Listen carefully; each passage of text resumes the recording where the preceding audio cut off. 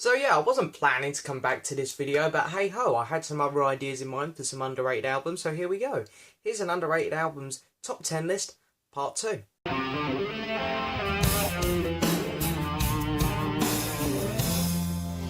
Cause you got a heart so big. So hello and yes, welcome back to another video guys. Now today, as I say, we're going to be doing another top 10 list for 10 underrated albums. Now these underrated albums here are ones that I've selected personally for my viewers here on this channel. These are albums which I think a lot of people probably have yet to discover because they're by a lot of popular artists which have come out of the classic rock era.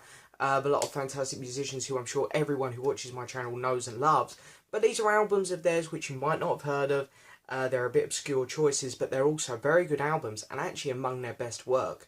So these are albums which I think a lot of people who visit my channel would really enjoy. But first off, before we get on with the top 10 list, one quick thing to say, my computer came back. Yeah, I don't know if you guys remember me saying that my computer broke a while back, so I was using a temporary computer. My computer's come back and I've got new editing software on it.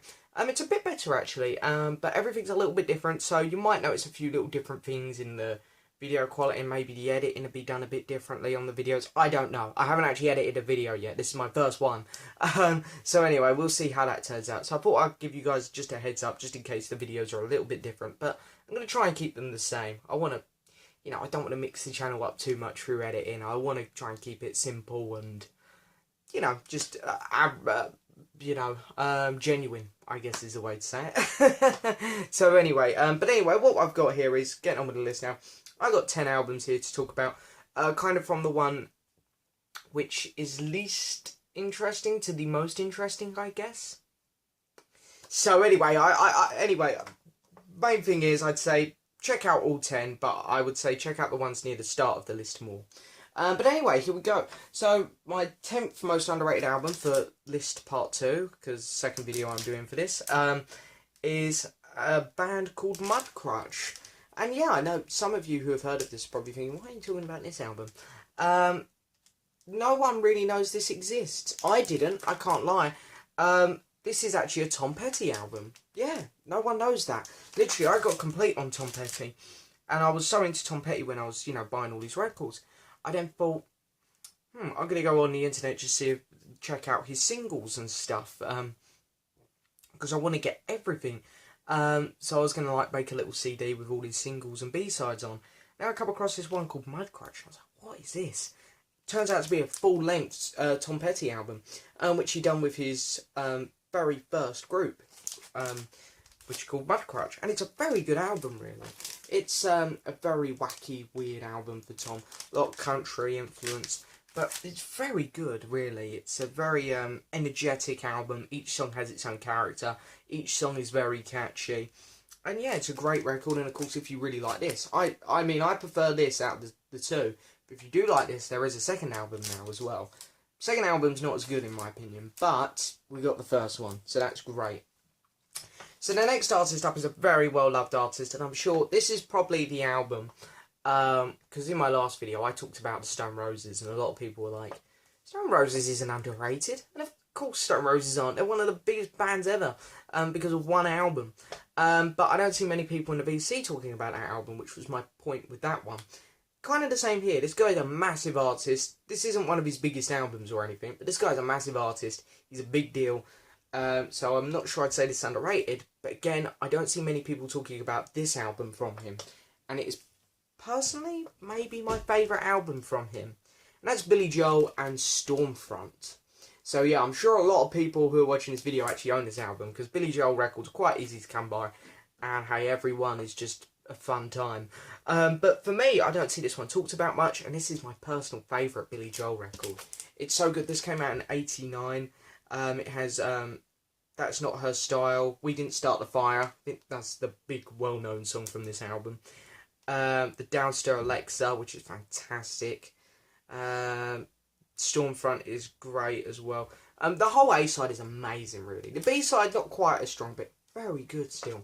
And I really love this record. Some of Billy Joel's best moments on here, that's for sure. So yeah, just a great record there. So the next one up is where people are going to probably roll their eyes at me and be like, really? You're going to talk about that one? Well, I really like this album. I've got a massive soft spot for it. So Beatles fans, here we go. I'm going to be talking about a Ringo Starr album here. And yeah, which one am I going to be talking about? You know, you could say all of his albums are underrated, really, because no one gives poor Ringo a chance. And really, he's a lot better than people give him credit for. So I could talk about any Ringo Starr album here, but I'm going for a really obscure one. I'm going to talk about Boo Coops of Blues. Why am I talking about this one? Well, this is just a fun album. And Ringo, you know, he has, you know, I've really got to give him credit here for having the balls to put an album like this out. Beatles are just split up. You know, John's gone off. He's doing these really emotional albums where he's singing about his feelings a lot and all that fantastic stuff. Paul is just going full on wacko with all the farm stuff and making great records. George just, you know, George stole the spotlight with All Things Must Pass and Living in a Material World. He was doing fantastic. Ringo done Sentimental Journey, a very American jazz-influenced album. And now he's going for Boo Coops of Blue, again, an American country-influenced album. And, you know, Ringo's looked back at this album a lot, and I've heard a lot of people saying it, that he should have done more classic country songs instead of what was popular or current at the time. You know, that's very true, really. But these are fun songs. I really like this album. The title track is fantastic. Love Don't Last Long is also brilliant. Woman of the Night, really like that one. I Wouldn't Have You Any Other Way, that's a really good song. That one's kind of a classic, I guess. That one's kind of got remembered a bit. You know, Silent Homecoming, again, great. I really like this record. Ringo's vocals are amazing on it. I love the guitar work on this album. There's some fantastic musicianship on this album. If you don't like Ringo's voice, because I know there's some people who don't, the, you know, musicianship on this album is still fantastic. It's a great sounding record. And I really give Ringo a lot of credit. He's on point on this album. Very good Ringo album there. Okay, so now we got the obscure one out of the way. But this one here is going to be... This is a pretty good pick, I think, this one. Led Zeppelin. We're going to be doing some Led Zeppelin talk-ish. We all love Led Zeppelin. I mean, let's face it. If you don't love... I'm sorry, I just always get my words mixed up when I'm talking in these videos. If you don't love Led Zeppelin, then I don't know what you're into. But anyway, Led Zeppelin. Robert Plant, you know, has gone on to have a great solo career as well. He's started off with some great 80s albums, had some great rock albums, and now he's doing some great country albums, which sound incredible. All of his phases were genuinely great. So, again, with Robert Plant, I could pick anything of anything to talk about here. But I'm going to go with Manic Nirvana. And first off, I've got to say, who doesn't love this cover? This is an awesome cover.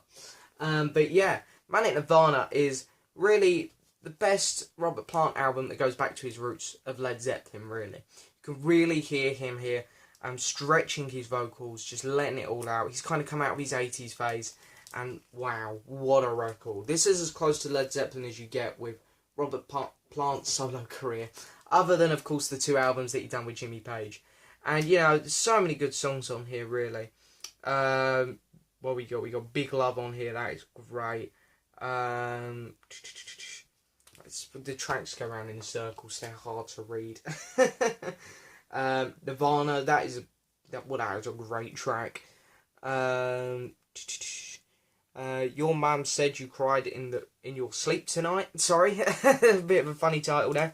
Very good track there. But I'd probably say my favourite track on here is the opening track, Hurting Time, which he done at the Nebworth concert, which is fantastic. And yeah, it's a fantastic record, that one. So again, Led Zeppelin fans, if you haven't checked that out, I'd highly recommend that one. The next one up, again, is a bit obscure. Going to be doing some Genesis talk now. Genesis, you can talk about so many things. You can talk about the really early phase, you can talk about the Peter Gabriel phase, the middle phase, which is probably my favourite. The super duper cheesy Phil Collins phase, and then the really fun Phil Collins phase at the end. But then there's one other teeny Genesis phase, and when I say teeny, I mean one album phase. That's what I'm going to be talking about. Genesis here with Calling All Stations. Yes, I know, I'm talking about this album. I know, this one, that album that come out, done really well, but then, like, mysteriously vanished into obscureness very quickly, and like no one has talked about it since. yeah, that's the album I'm going to talk about now.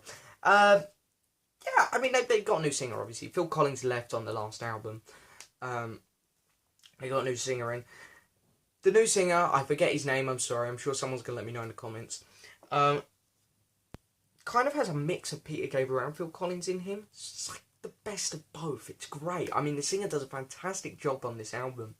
The lyrics on here are, you know, a bit silly still, but they're fun. The musicianship here is great. I mean, if you love Genesis's style, you know, a lot of the great guitar work from Mike Rutherford and a lot of the fun, sometimes pointless keyboards solos from Tony Banks, you still get this here. It's still a great Genesis album. For me, I love the last 3 Genesis albums, and this is one of the last 3 in my mind. I know some people say, no, it's not a Genesis album. I say it is, and I say, you know, living in a material world. Sorry, it's early, guys. I apologise. It's super early for me to be filming a video. Visible Touch, We Can't Dance, and Calling All Stations. Really fun albums. I would highly recommend this to Genesis fans. Great album. Right, so we're going to have a quick drink before we carry on now. Nice cold bottle there of lemon and lime sparkling water. Lovely. I should have poured myself a glass, but I couldn't be bothered, so I brought the bottle up here. Ah, it's good. Right. So what are we on now? We top 5? 1, 2, 3, 4, 5. 5 to go. Halfway. So the next 2 up are actually soundtrack albums.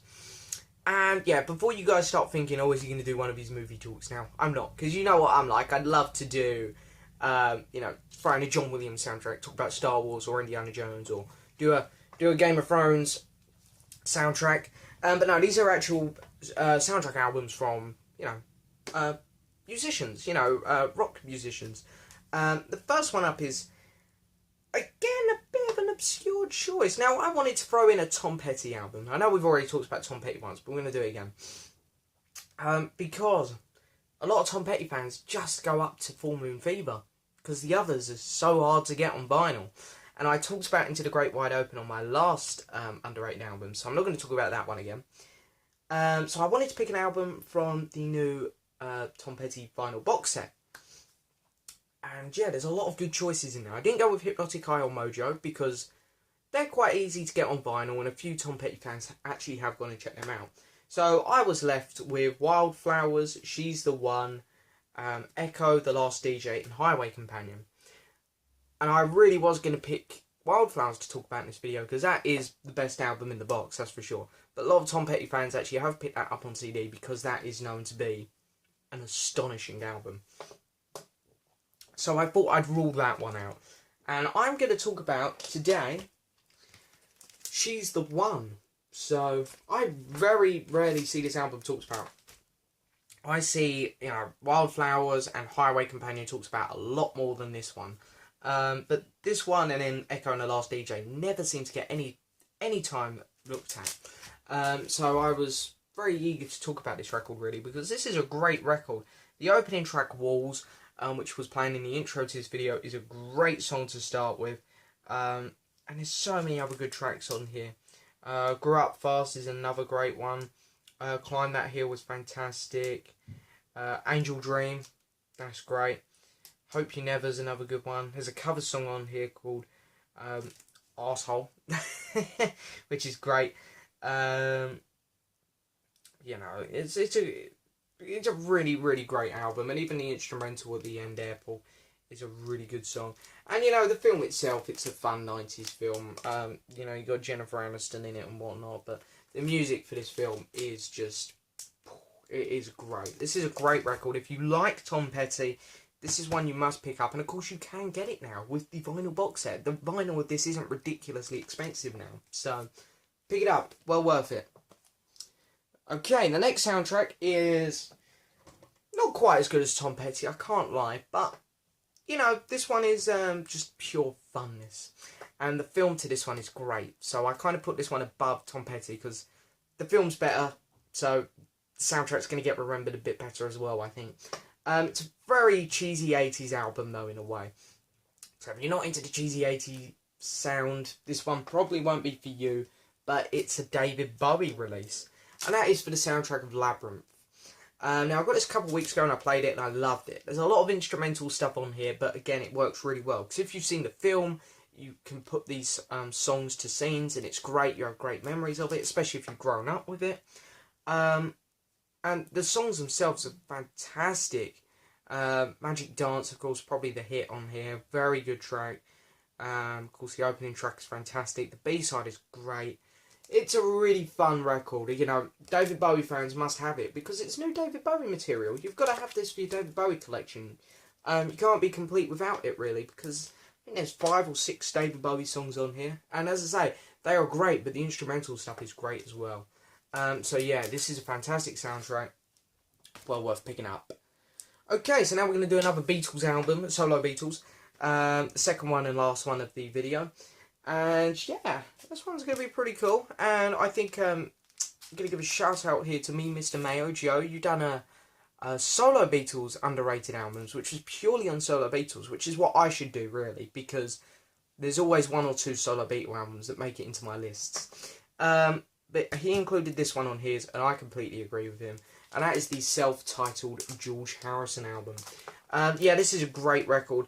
I would probably say 3rd, maybe even 2nd favourite George Harrison album. You know, it's just such a great record.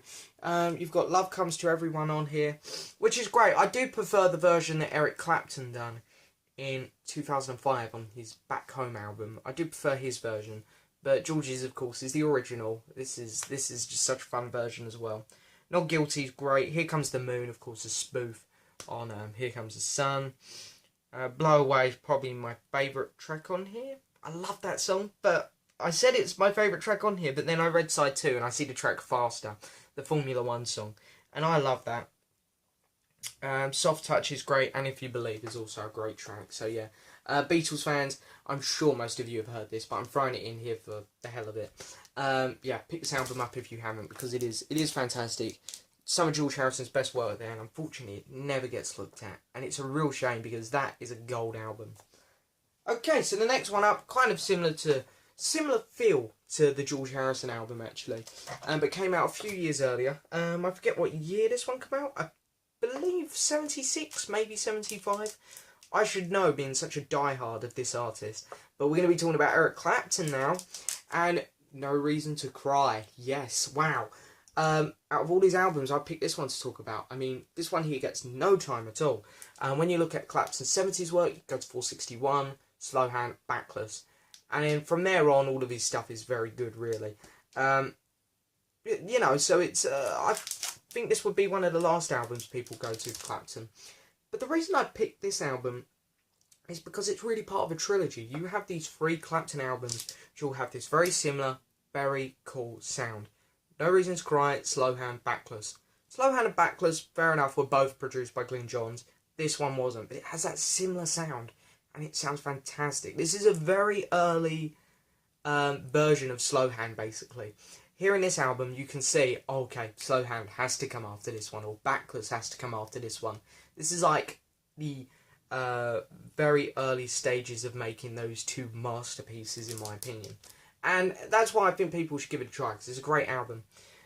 Beautiful Thing is fantastic opener, and probably the best track on here. Carnival is great. I mean, there's not much lyrics to him, but Clapton's vocals go well with the female singer on that track. Brilliant. Country Jail, very gritty song, but fantastic. Hello Old Friend, I love that song. That's a fantastic track as well. So yeah, again, just another great Clapton album here. And you know me, I'm a bit biased on Clapton, but I do think people would enjoy this album more if they gave it more of a chance, because, you know, sad to say, that album just doesn't really get much of a chance these days. I never see it talked about. Whenever I do see it talked about, it's normally just brushed over. It's not normally negative, like, oh, it's a bad album, but it's never good, like, oh, this is a good album. It's just very brushed over. It's like, oh, here's this one. Now let's talk about Slow Hand. So, and while I agree Slow Hand is a better album, that one deserves more time. It's a good album. Okay, so my number 1 pick for this list, my most underrated album of this list. Again, spinning off of Eric Clapton here, very similar sound to Eric Clapton. And this guy influenced so many musicians. Eric Clapton is one of them. Tom Petty, George Harrison, Willie Nelson. This guy influenced all of them musicians. And, you know, his album's done well, but never massively successful. And, you know, he was brought to fame a bit more by Eric Clapton covering a lot of his songs. And that is J.J. Cale. So, yeah, this is his debut album. Naturally, yeah, Naturally, I've got the title then. It's not a good start. But, yeah, this is a great record. It's just slow blues acoustic music. And it's fantastic. If you like Eric Clapton, if you like Willie Nelson, if you like George Harrison, you know, and if you like Tom Petty even, you're going to like this probably. It's very slow. I'm not slow, I'm not doing this justice. It's very underproduced, the songs of their style. I'm not doing this well, I know. It's, basically, he'll go in there with an acoustic, he'll do a little bit of production on the top, add a few little extra bits, but really the songs are very raw, very demo-ish, but they sound fantastic. You can see why he influenced all of these other musicians. And, you know, great. He's got Call Me the Breeze on here, Crazy Mama's on here, After Midnight's on here. Really good record. And really, this isn't the most underrated album of his, probably. I'm just saying, this is more of an underrated artist, this one. This guy needs to be checked out. His albums are great, he's a lot of fun, and as I say, if you like all them other musicians, you're going to like it. It's a great time. But anyway, that is it for my video, guys. I hope you've enjoyed it. Before we go, I'm going to give a couple quick shout-outs. One, to my contest. It's nearly up, guys. So yeah, just a heads up on that. Second, to my new channel. Link in the description. Movie videos, Blu-ray unboxings, if you want to see that. Link in the description. And to my Twitter. If you want to follow me on Twitter, see what I'm doing from day to day. See me showing records as I get them in through the post or mail. Link in the description. But that is it for this video, guys. I hope you've enjoyed it. Please hit the subscribe button, like the video, leave a message, and I'll see you guys next time for another video.